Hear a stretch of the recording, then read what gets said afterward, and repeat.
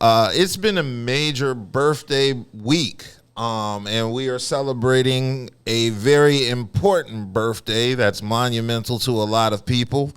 Of course, I'm talking about Hulk Hogan's 70th birthday. He just turned... No, I'm joking. I'm talking about August 11th, the 50th birthday of hip-hop. I lost favor with Hulk Hogan once I found out he freely used the N-word. Oh yeah, very freely around his around his white son's black girlfriend. So yeah, I no longer support Hulkamania, but I do support the other birthday that started with H, which was hip hop. August 11th. Yes, sir. It's the 50th birthday of hip hop.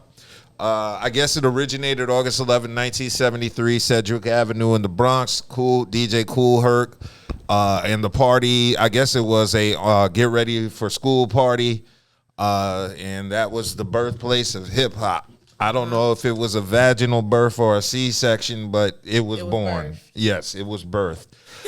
To celebrate, there have been a lot of celebrations throughout the year period, but one of them being very big last night. It was the major celebration of the Hip Hop 50 Live at Yankee Stadium.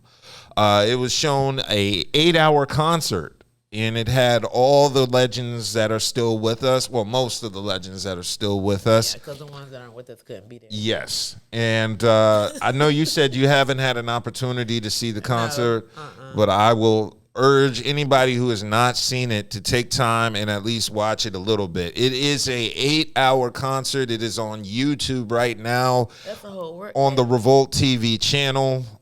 So yeah, it's a long. I caught the tail end of it because I came into the house around 11 last night. And I know the concert may have been 5 or 6 hours already by the time I got to it, but I was able to watch it live, and I got a chance to see Nas's set. Nas did a awesome set. I love Nas. Yeah, and he brought out Lauryn Hill. Okay. Lauryn Hill came out at 1 a.m. to do the show, and that was perfect for Lauryn Hill. That's her usual time she gets started when she does concerts anyway. So I bet they probably told her the divine timing for her. Yeah. So once she said 1 a.m., I'm like, that's the perfect time for Lauryn. I say. Adding the fact it was like the Friday, so niggas didn't have to go to work the next day like her normal concerts. So you can excuse her for being late if she was late. But since she was a surprised act, nobody knew she was gonna come. She can't be late. You didn't know she was coming. But for those that did not see the Hip Hop 50 Live at Yankee Stadium, it was a really dope concert. It started off with the old school, bringing on old school acts like Curtis Blow, who else? Melly Mel, the Furious Five, Roxanne Shante. They brought on MC Shan. I'm trying to think about who else. I mean, just anybody who was somebody in hip hop was hopefully in the building, or each region was thoroughly represented. You had, of course, all the New York rappers from Nas to the only one who wasn't there was Jay. And I was a little disappointed to see Jay wasn't there. But yeah, I'm not surprised, but I really wish he was there. He is considered one of the top rappers of all time, and he should have been there because he's still alive and with us and still able to be. So yes, but Lil Wayne was there repping the South. Ice Cube was there repping the West. That's what's up. I gotta check it out. Yeah, you definitely need to check it out. I'm tired as hell dancing on my floor. Yeah. But the one thing I'm gonna tell you is the old school really. Yeah, that's dope. What I want to watch it for, the old school more than anything else. Yeah, because I'm going to be real. The old school put on a live performance, and it wasn't just because it was the 80s, and they were still rocking. Curtis Blow's set was amazing because he had dancers on there. And Curtis Blow shit. Yeah. It was really dope. Yeah, and then you had, they closed it out. The final act of the concert was Run DMC. And Run DMC did a good, 20-minute set, and I think that was probably the most shocking moment of the night because it was Reverend Run up there, and Reverend Run was cussing up a storm on stage. Throw your goddamn hands up. That's what we want to hear. I'm not approved, but I'm like, you're still Reverend Run. Right. I mean, you made this whole kind of build up about you know. We gave him a pass on Run DMC because he cursed in Run DMC. Yeah, but he got up there. He got up there. Every other word was "goddamn," and I was like, "Damn, man, I don't mind you cursing." Repent later. Yeah, pray for him. He'll be all right. So I was surprised. Run was he was. I think he cursed the most, to be honest. Outside of yeah, he was the one that cursed the most. That was very shocking. But yeah, the old school rock. And if you ask me like what segment. The best part of the concert was probably the earliest segments.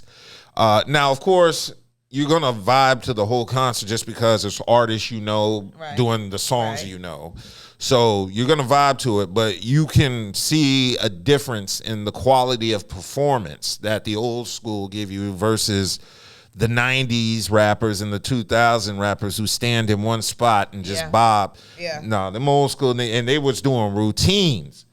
Like, it was kind of ill watching Run DMC. Okay, cut the lights, and then they do this, and then they say, okay. But that's how it used to be. That's how shows used to be entertained. There was showmanship. Yeah, like you. A lot of rappers lost 38,000 people behind you dancing to your shit. Yeah, you know what I'm saying. Especially with them, Run DMC, they'll have break dancers and shit. Yeah, you know that's the show. That's and another thing, the crowd.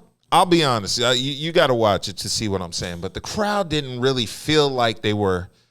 I mean, they were into it when certain songs came on, but there were certain jams where the crowd, or at least the front of the crowd, because you can't see the whole crowd during the whole concert, so you can't see everybody's reaction.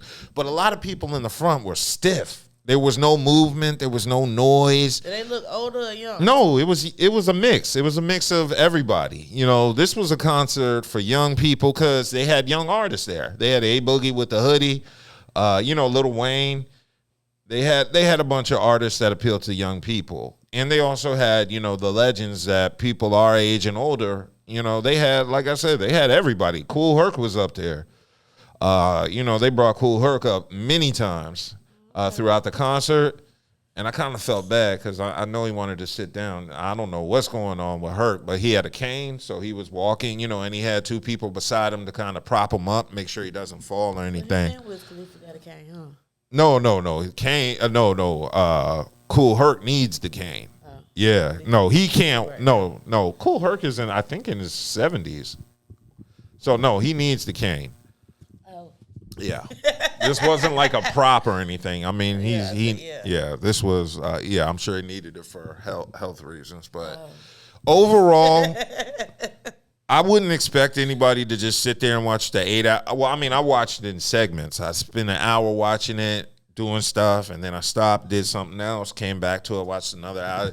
You could probably watch the concert throughout the week. But it was a really dope concert, and I urge everybody who hasn't seen it to check it out. It's on YouTube. I don't know how long it's going to be on YouTube. I don't know if it's they're going to pull it off or whatever, but I definitely urge everybody to get an opportunity to check out that concert because it was really, really dope.